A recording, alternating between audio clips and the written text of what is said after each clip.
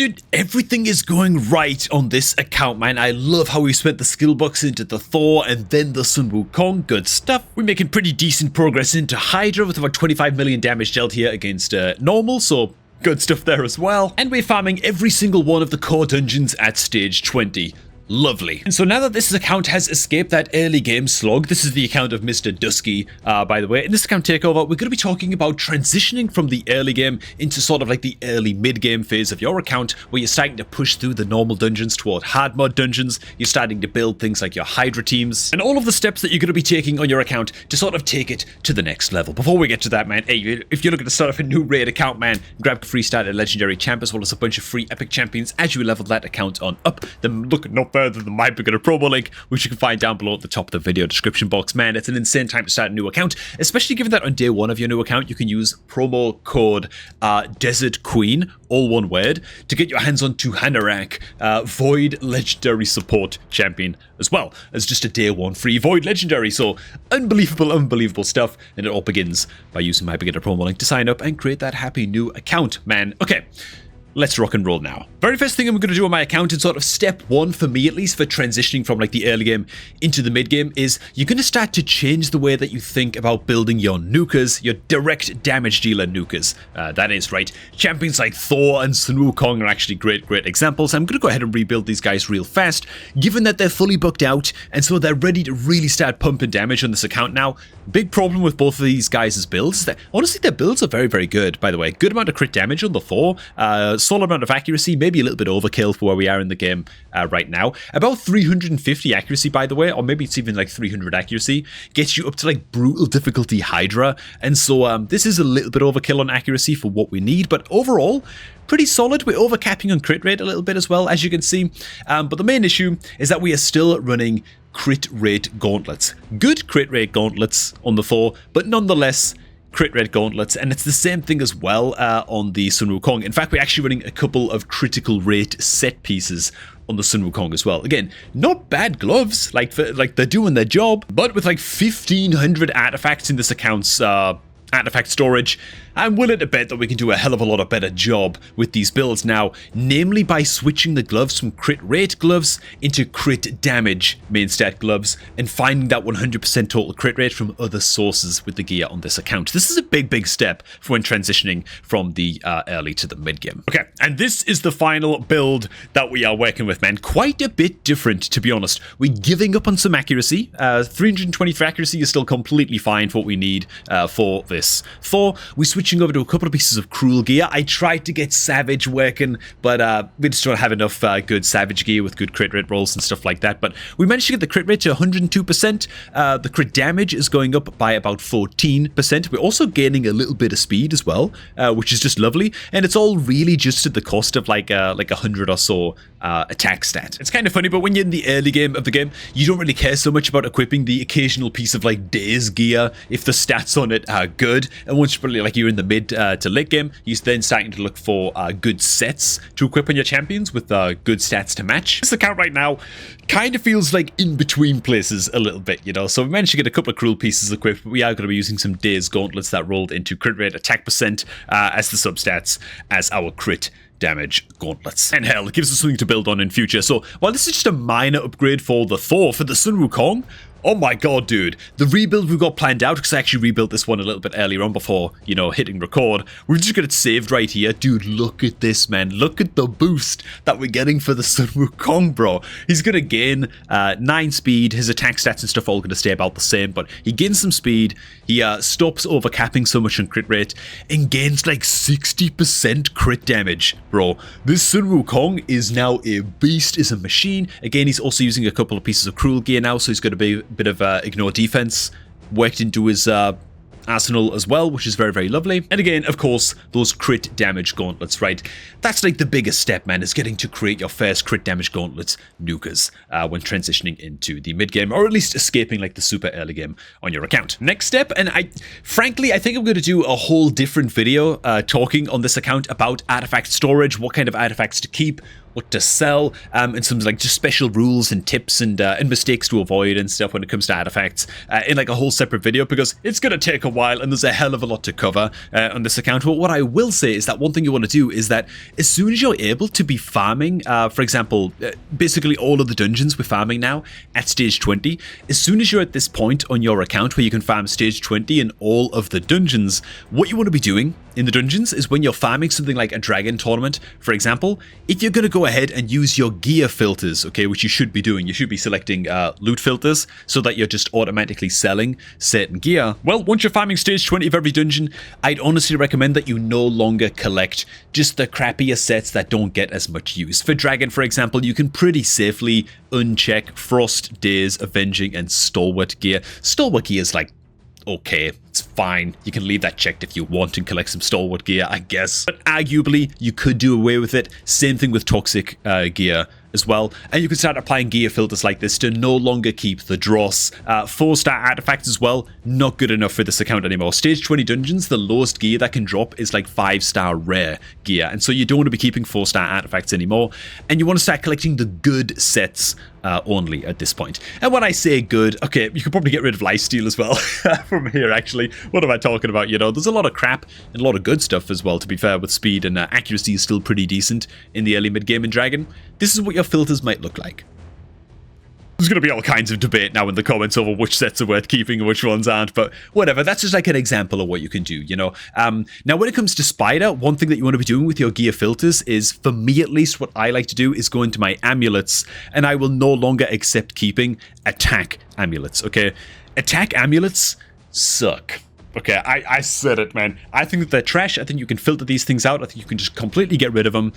Because frankly, if you're building a champion with an attack amulet, 99% of the time, they're going to be better with a crit damage amulet. Okay. In fact, on my main account, from the hundreds of champions that I built, I don't think I have a single champion, not one champion built with an attack amulet, man. So that's just me. Next thing you want to do is start building up specific champions on your account for not just clearing the normal dungeons completely, but also start thinking about hard mode dungeons in the future as well, which of course we don't have unlocked right now on this account, but you want to start thinking about champs that are going to help you through normal and then help you start to progress into hard mode dungeons as well. So I've went ahead and I planned some teams out on this account for Mr. Dusky to use. Let's just start with Ice Golem, actually. Our Ice Golem team is kind of risky, not going to lie, man. We got a lot of AoE damage here that we're going to be triggering all kinds of counterattacks from the boss from, so it makes me a little bit nervous. And so this is the team that I would recommend that we build out and use instead. Some champions the same.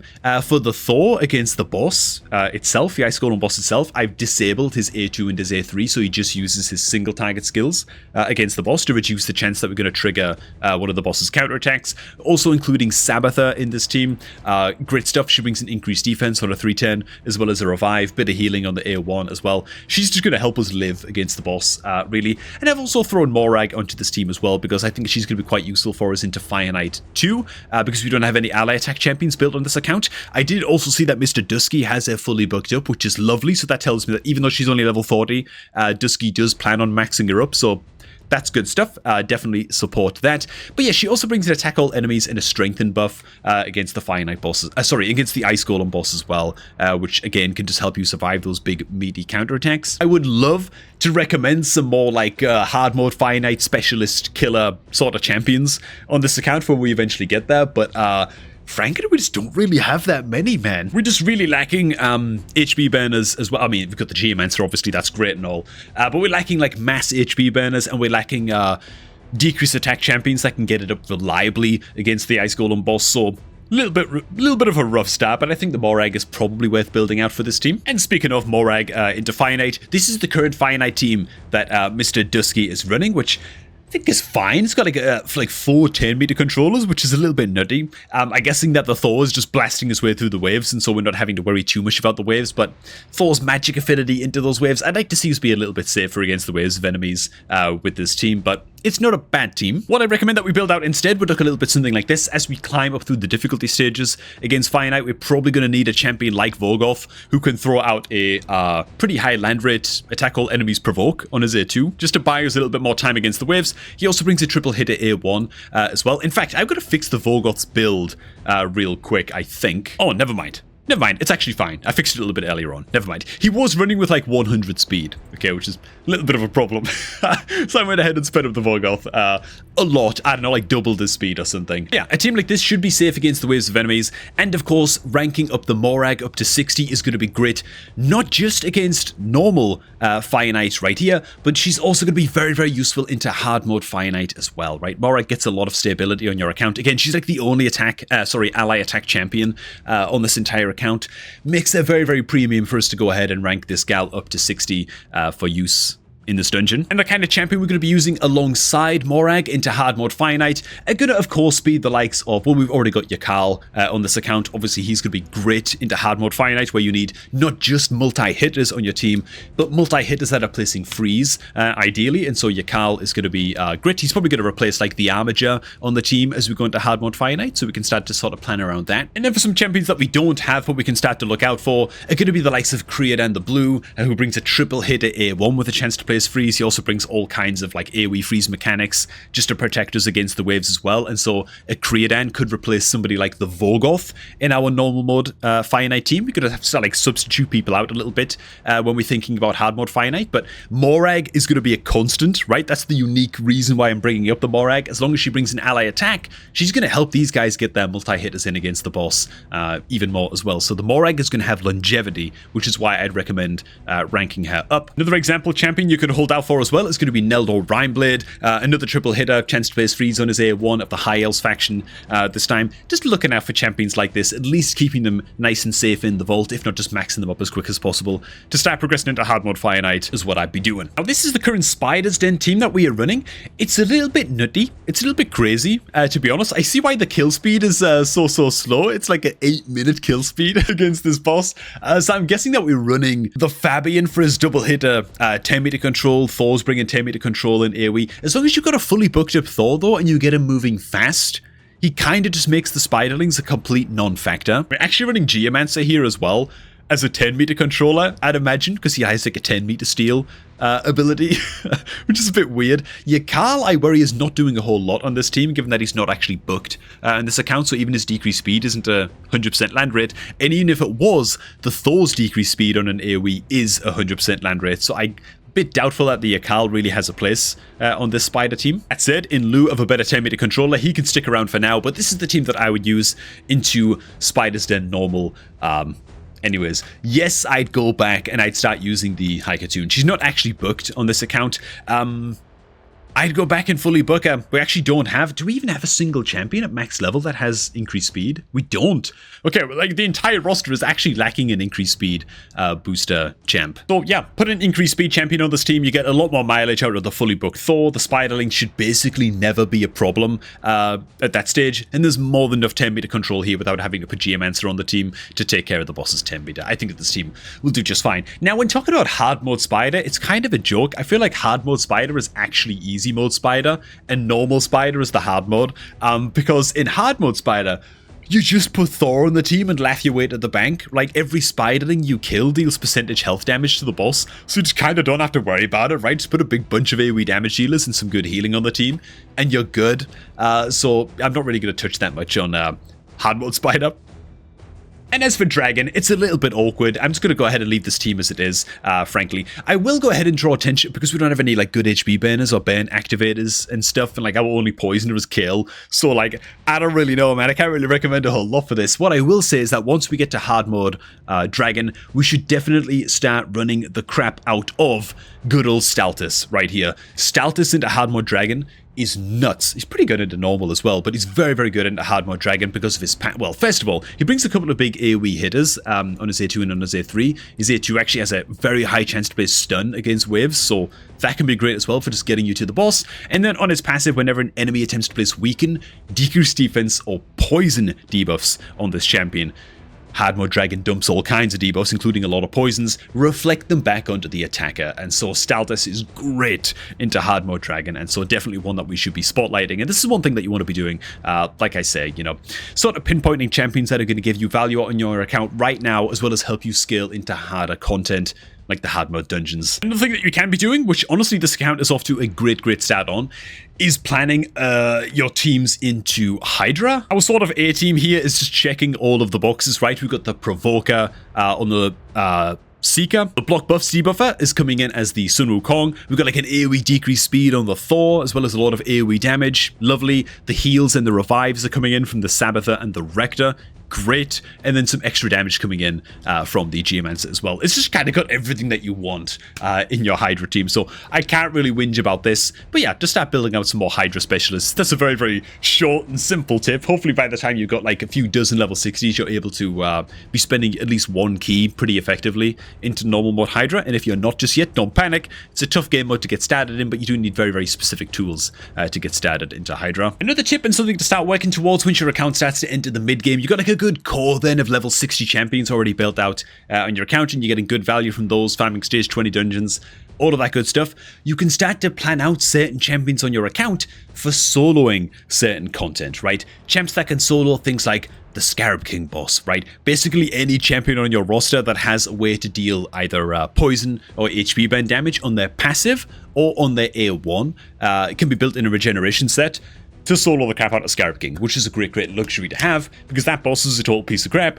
and a complete brick wall if you're not prepared for taking on Scarab King. So the likes of Drexthar, you can just start to build this guy out level 60, doesn't even have to be booked, and you can just build him in very good regeneration gear and immortal gear, right, with good like HP percentage rolls, good speed rolls, that kind of thing. As long as he's got the accuracy to land the debuffs, he can just outlive the Scarab King boss forever and slowly kill it off with HP burns that he places off of his passive. Now, Drexthar, of course, free legendary champ. Everyone's got access to him. You can build him out for this job, and he can do an amazing job at that. Sadly, this account doesn't really have any of the champions that I can see, at least, that can be built out as sort of solo carry champions, but some other examples, right? Champions that can like solo dungeons and that kind of thing. One that I built recently for soloing Ice Golem and for soloing Dragon. Both on stage 20 during tournaments, which is so good because you could farm food champions while also farming the tournament, right? So if you just build something like a Masiliac Priest Ornn, places all kinds of AoE poisons, all kinds of poison activation on his A2 as well. Just a champion that you can build out to be your solo dungeon farming specialist. You know, the runs aren't going to be fast when you build a champion like this for clearing dungeons completely on their own, but the fact that you're able to farm a tournament, maybe CVC at the same time, for example, while also leveling up food champions as well, all at the same time, just like leave raid multi-battling overnight or whatever, it's a huge boon to your account, man. And honestly, you might think, oh, well, that's like a luxury build, you know, like, I'm not going to waste time doing that. Like, bro, until you've built a couple of these champs on your account and you start reaping that value, like, oh my god, dude, it's such a game changer. It's not something you can think about doing when you're still in the early game and you're still building, like your first Hydra team hasn't been put together just yet. There's like other high priority things for you to deal with, but as you're entering the mid game, you can then at least start to plan out, okay, this champ is going to be my Scarab solo champ, might be like Mithrala or whatever. This is going to be my Dragon solo champ, and you can start thinking about accruing that long-term value by building out some solo carry champions, like so. And so that's my 5 steps, man. That's like my 5 sort of, I don't know, like goals or markers that maybe you want to try and hit or work towards as you're starting to like exit the early game or the super early game of your account, start to enter the mid game. You're farming all those dungeons at stage 20. There's 5 ways that you can start sort of taking your account up to that glorious next level. If you feel like I missed any steps, by the way, make sure to go ahead and pop them down below in the comments. These are just my 5 off of the top of my head to give some direction to Mr. Dusky here to keep his progress going strong, because oh my god, his account deserves it. He's off to a crazy good start. I'm very impressed indeed. And yeah, that's how I think he can take his account to the next level. Hey, thanks for watching, guys. Hope you did enjoy. I've got more takeover action coming on this account right here, but till we get to that, remember that the best possible way you can start off your own new raid account with all of the most insane beginner rewards is by using my beginner promo link, which is down below at the top of the video description box, man. Simply hit that link, use it to sign up to raid. You'll grab Corrado as your starter legendary as soon as you're done with the in-game tutorial. Whole bunch of epic champions as you level up your account. Remember to use that beginner promo code, what was it again? Desert Queen, to get your hands on to Hanorach as a free day 1 Void legendary. Thanks for watching, and I'm going to catch all of you all just a tad bit later, man.